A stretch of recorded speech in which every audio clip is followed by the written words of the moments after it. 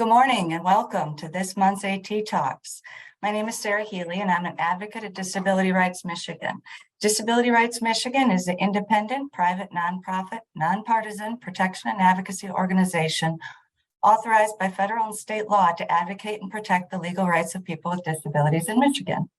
I'm excited to be here today to welcome you to AT Talks and to introduce our speaker, Tracy Strating. Tracy is this Michigan Assistive Technology Loan Fund Director at MI-UCP. In that role, she designs programs and, with her team, assists individuals with funding AT through all available community resources. Extensive backgrounds in both disability services and banking give her the tools to assist persons with disabilities to meet their own financial goals.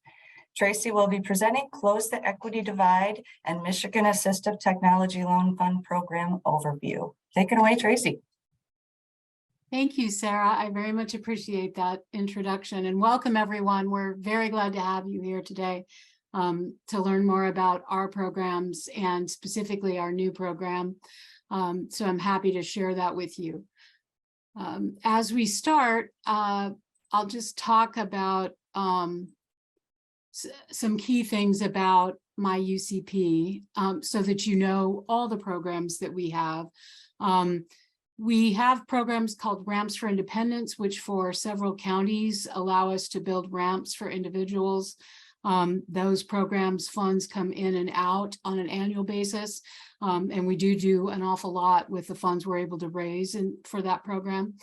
The Assistive Technology Program. There's also information and referral on all disability issues available through MI-UCP.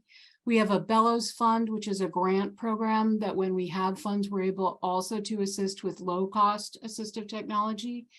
We subscribe to person-centered advocacy in everything we do. We serve as representative payee for some folks who need that assistance.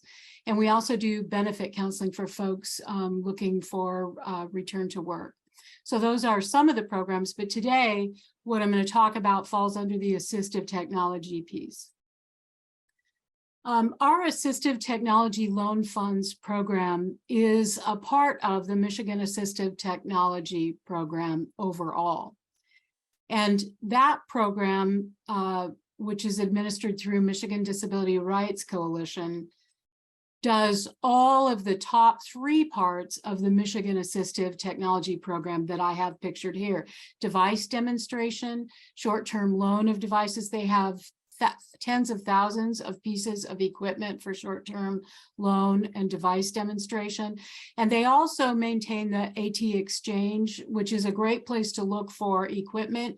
If you find yourself in need of equipment, those postings are from other folks looking to rehouse equipment that they're no longer using. And you can search by category, and they manage all of those 3 parts of the program.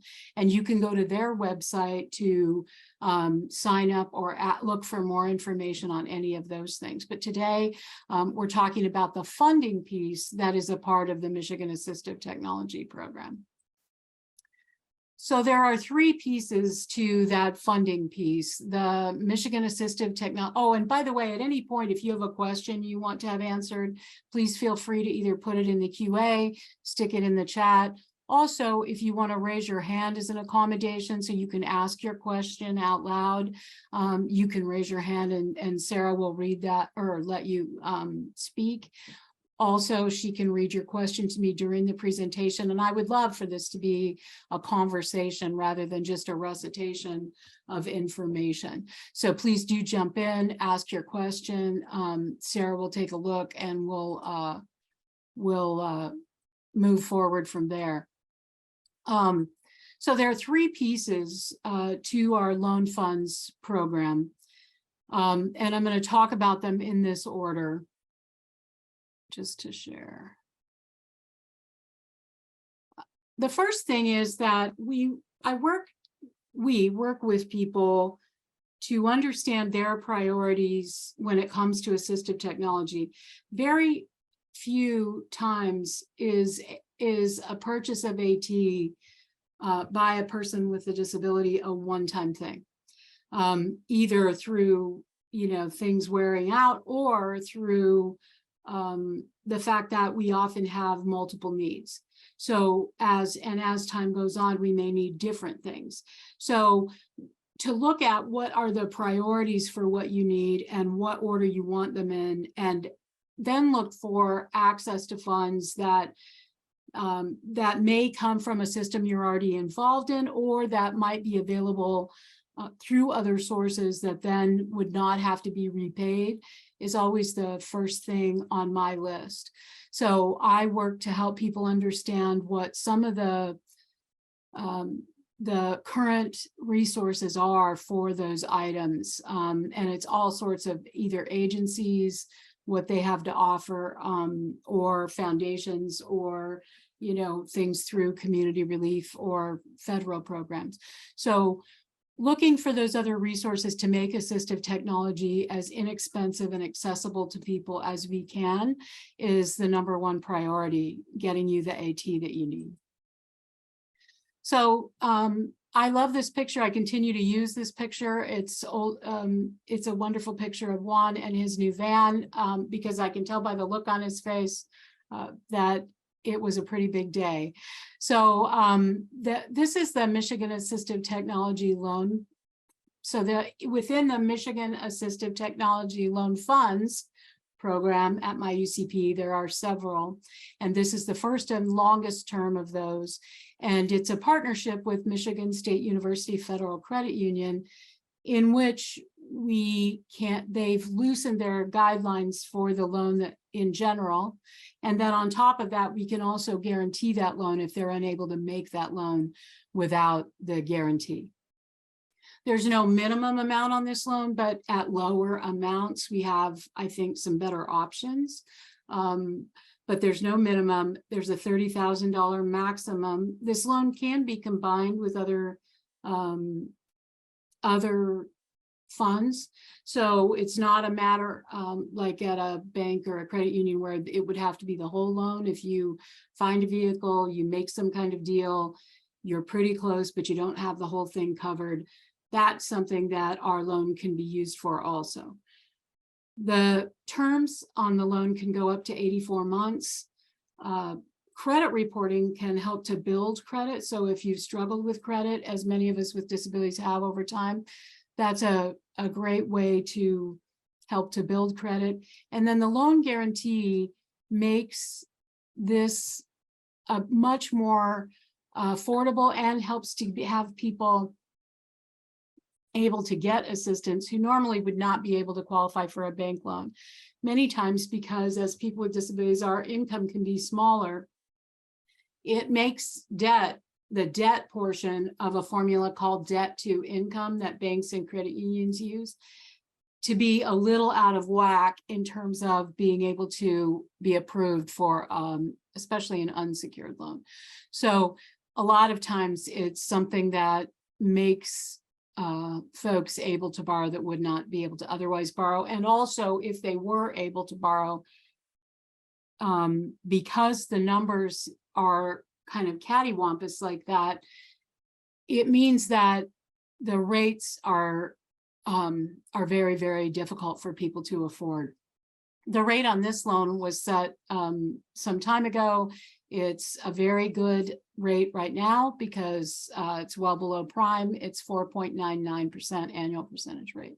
So it's now at this point a really, really good deal. Generally, it's just a good deal because oftentimes for an unsecured loan, an individual would be in the 18 to 29% interest rate category. So that's the traditional loan that we've had for some time. This is what what it looks like when you get to that page. This is the address you go to. All this is available on the website. I'm going to show you in a little bit. So don't worry about sort of keeping track of this information. I just put it here so you can see what our page looks like within that program.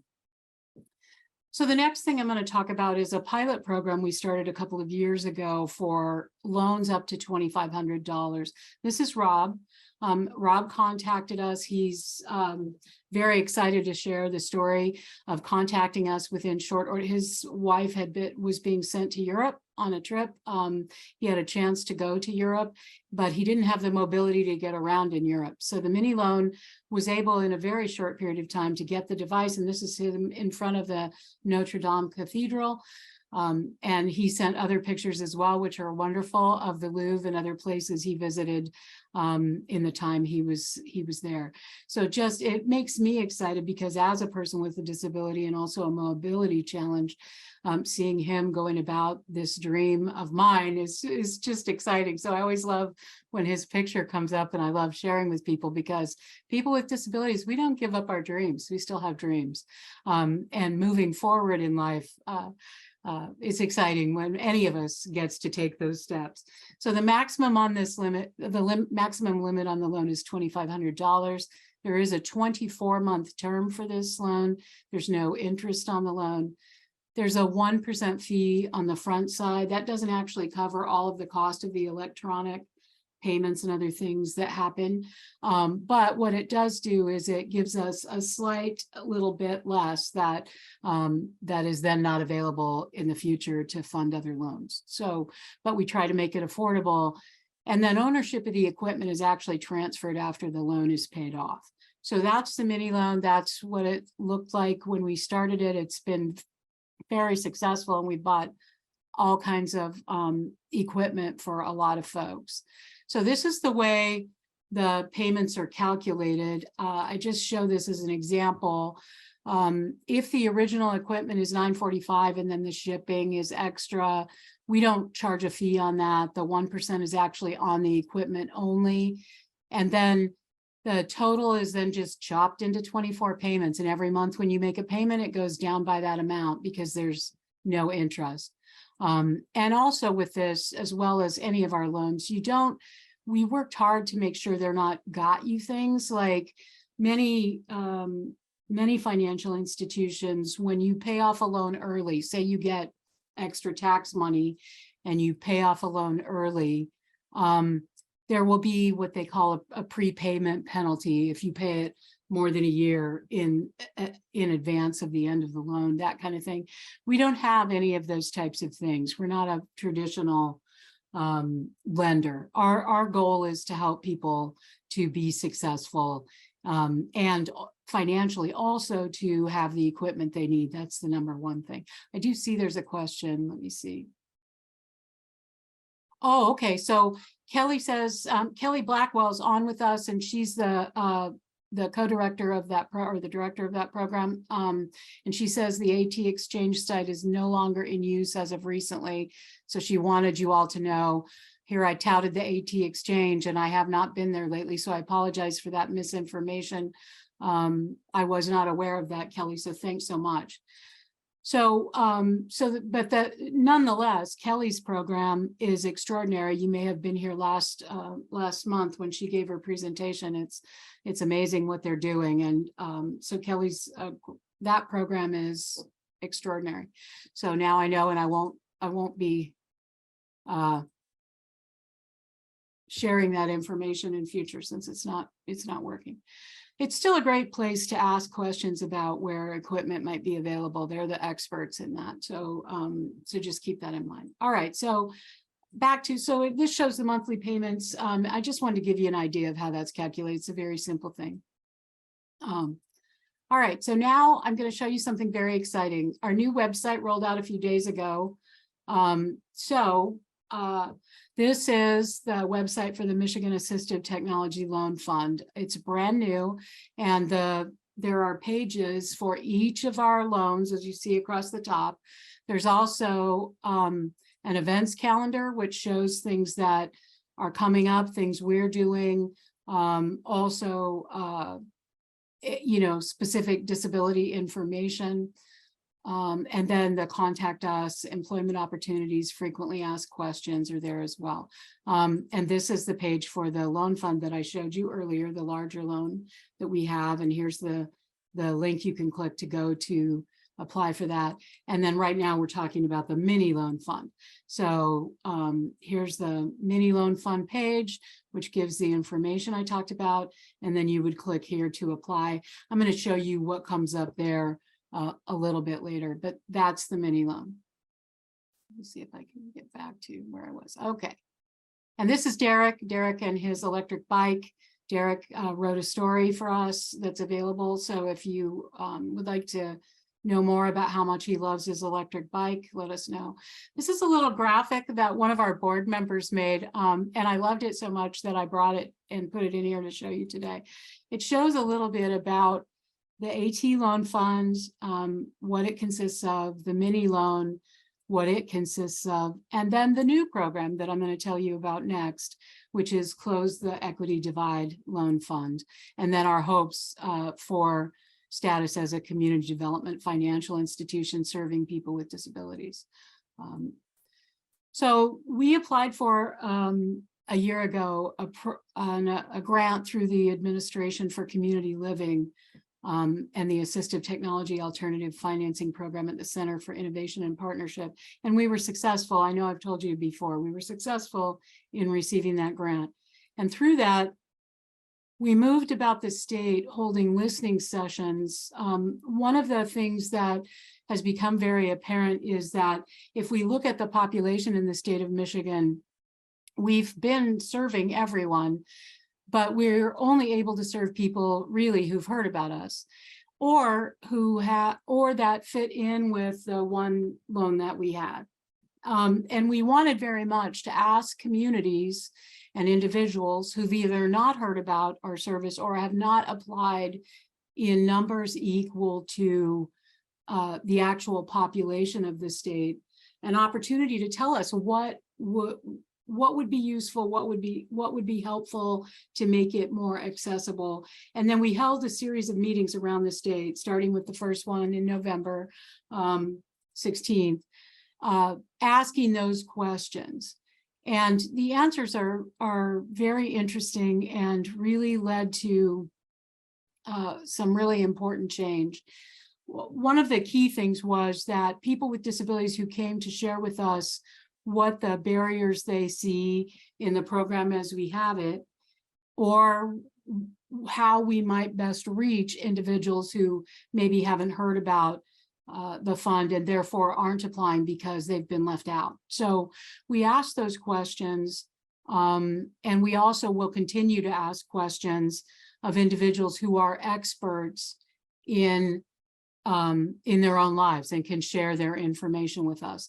And those individuals were all paid, because asking people to come to a meeting and share their expertise, and the only people in the room getting paid are myself and possibly the staff that got them there, or the venue, or others who are there who are paid, just didn't seem fair.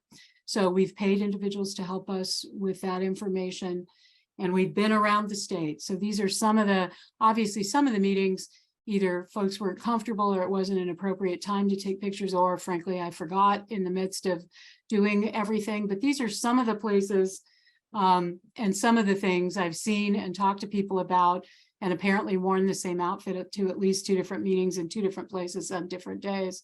So yeah, but these are the places. We've been to the Bay Mills Indian community and talked to tribal eldership there.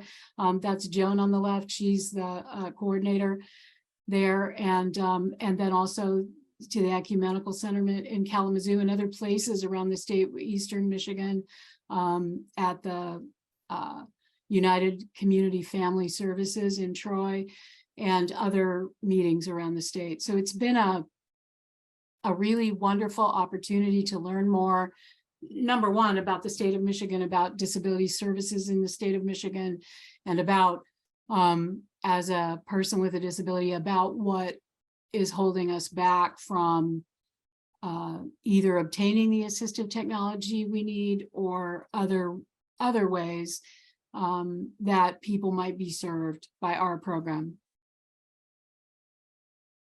So from that came the Close the Equity Divide Fund.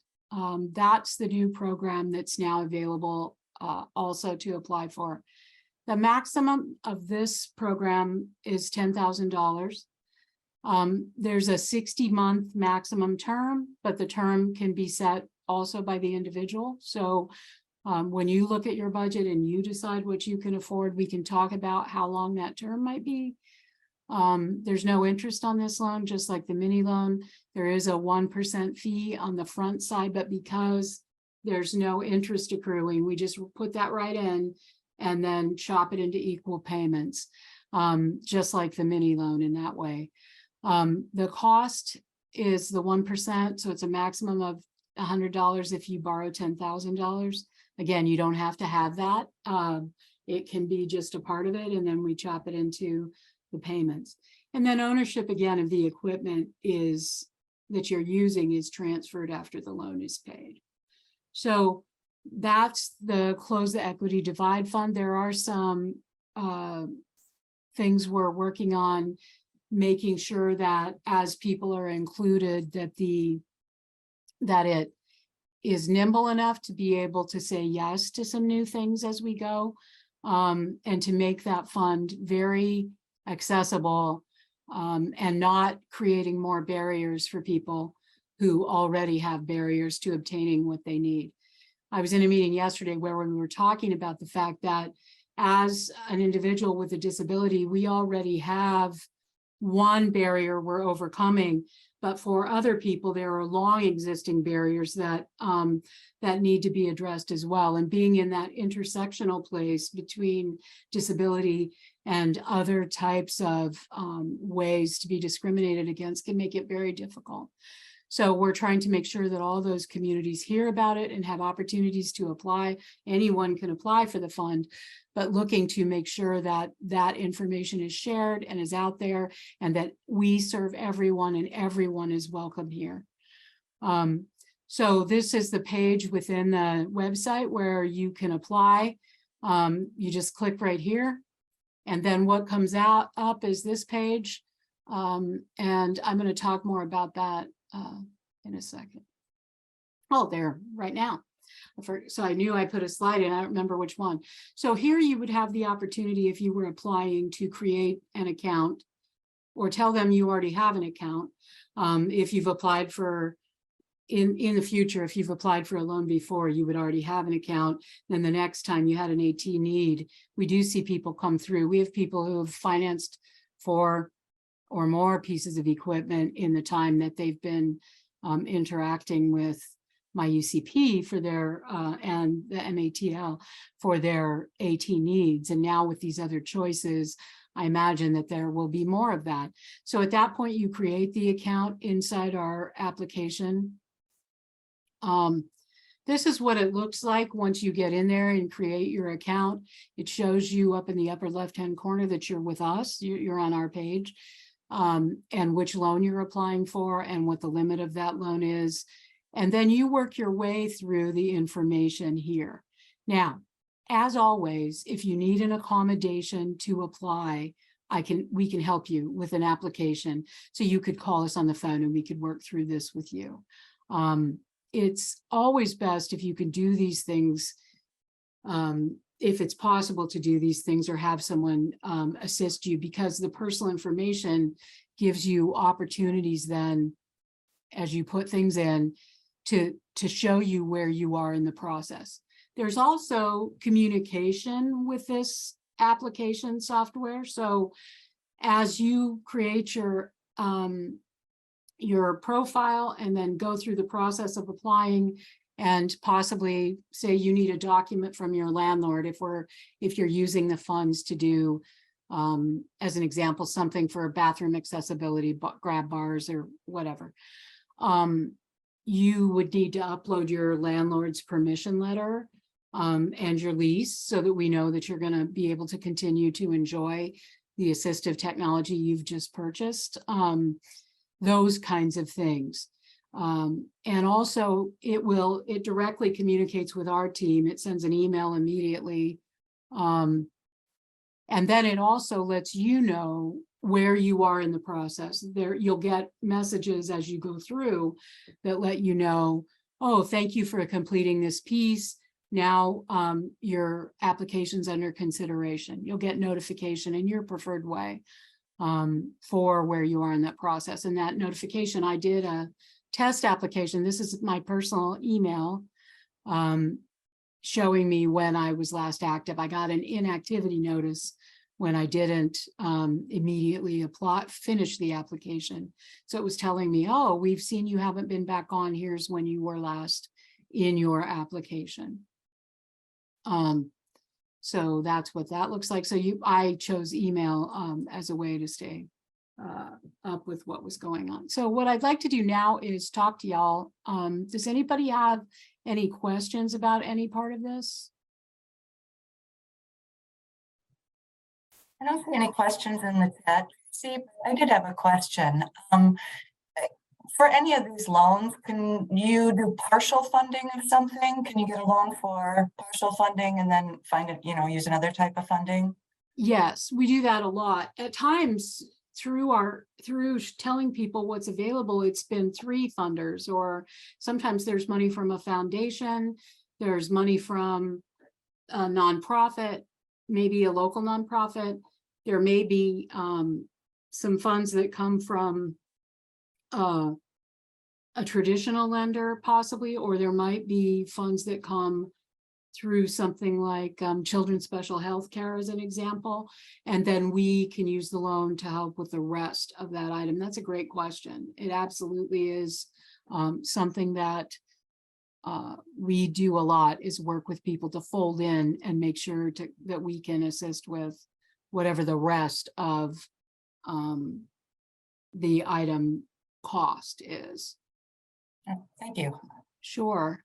Does anybody else have any questions? I think I must have talked faster than when I practiced, because it went a little faster than I intended. I can go back and talk about anything if anybody has more thoughts or questions. And I now found the question and answer window, so I can read questions if they come in. Yeah, if you pardon? I said I didn't see the window at first. Oh, okay. So yeah, if you have a question, you can use either the chat, you can use the Q&A, you can raise your hand, and then Sarah will unmute you. Let me see.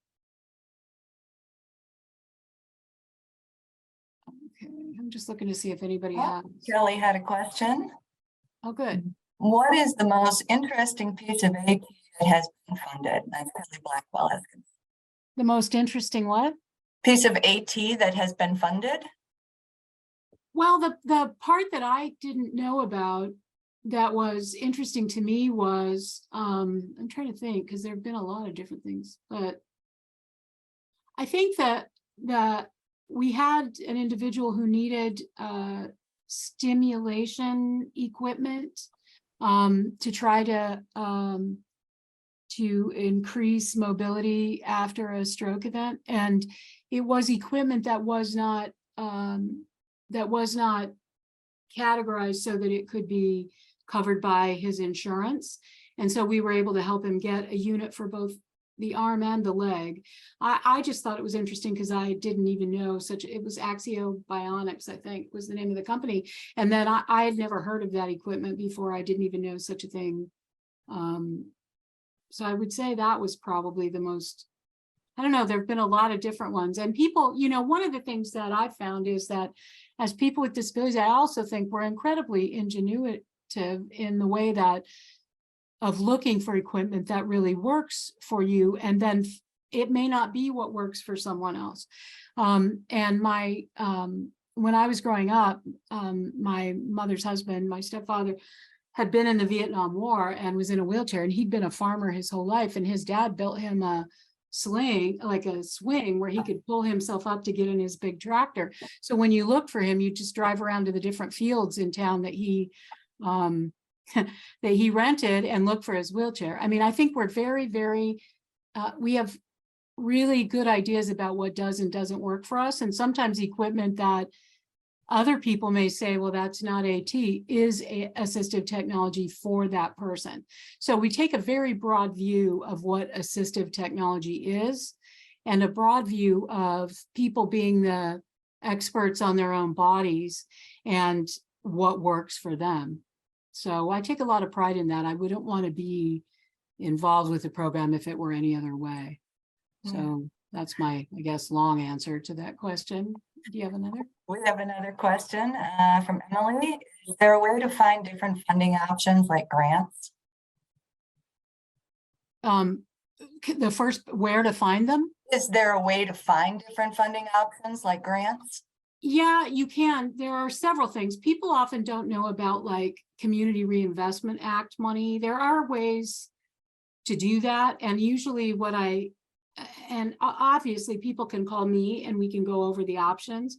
Part of what happens is if you understand things like the Medicaid contract and what your rights are, and actually Sarah's agency, that Disability Rights Michigan does incredible work around access to what should be included in someone's services.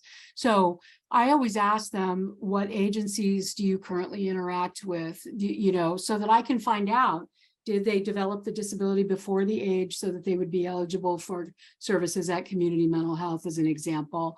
And if so, talking about what their rights are and their budgetary, with their budget for services, those kinds of things. I come from a very varied background of nursing facility transition and community mental health and other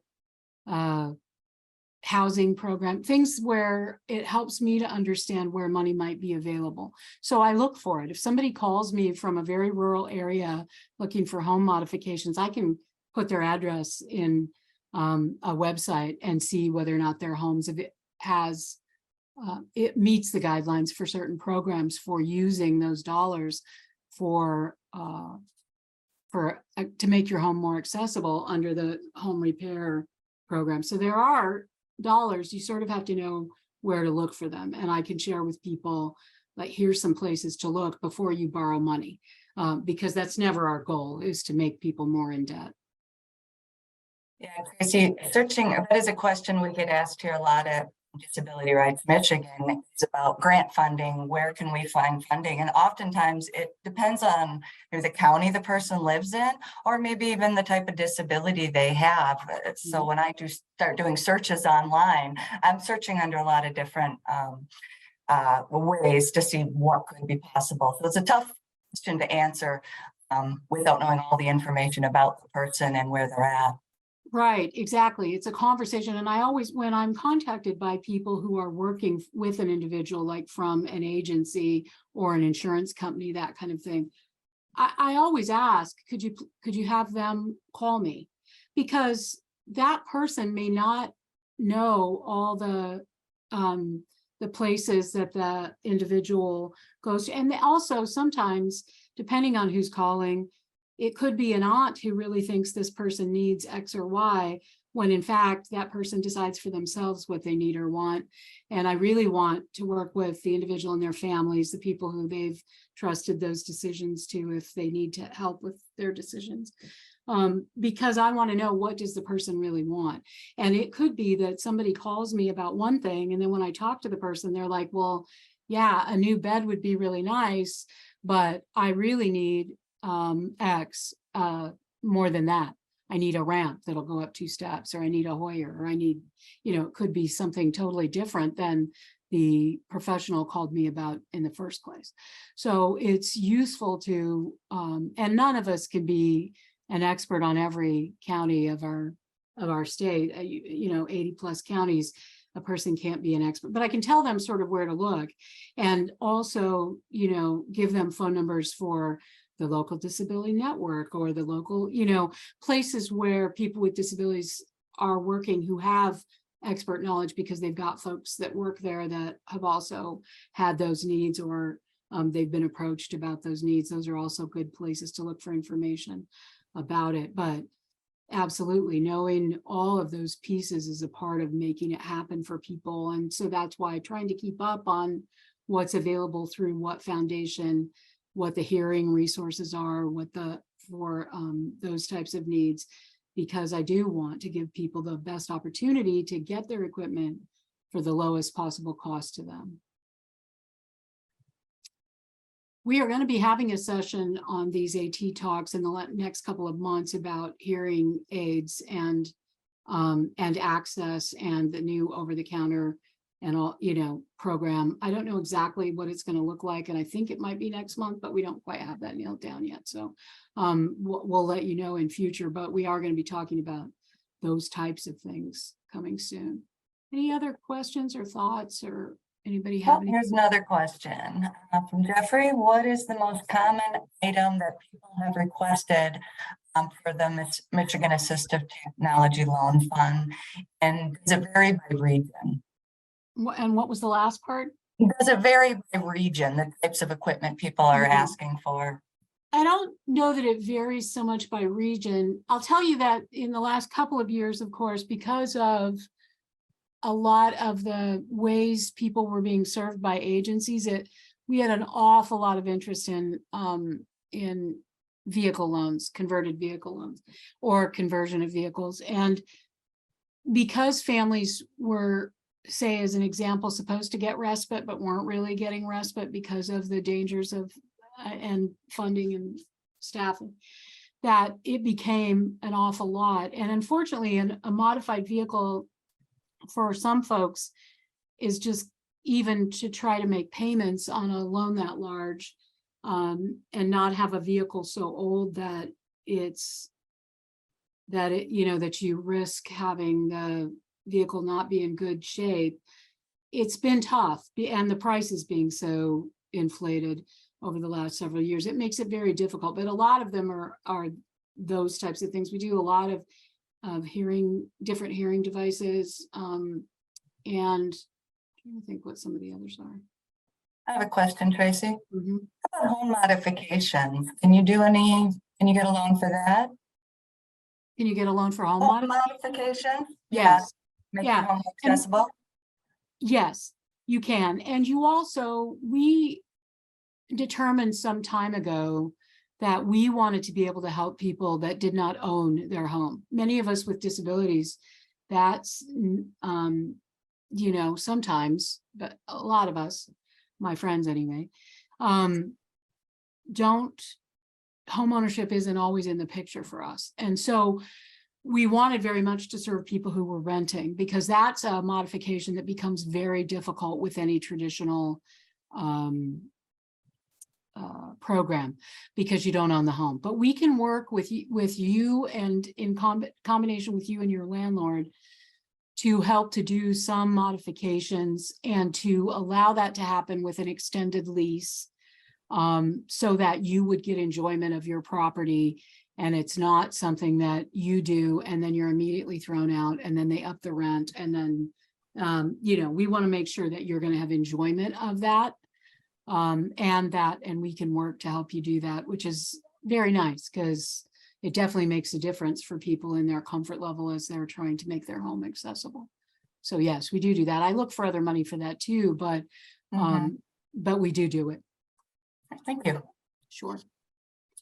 All right. Well, I know that everyone's time is valuable. I do want to give it another minute. I do have a document that I'd like to have available also that has this presentation on it. You can either email me for it or I'll try to put it in there, but I can't talk and do that at the same time. All right. Do you want me to take over for the closing? Sure. Why don't you go for it? Well, thank you everyone for joining us, and please plan to join us next month when another AT topic will be presented. It's August 10th at 10 a.m. Thanks again for attending.